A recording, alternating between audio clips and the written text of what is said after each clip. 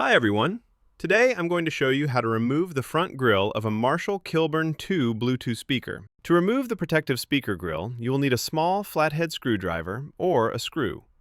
Using the screw, simply hook it into the metal mesh and pull the grille cover upward.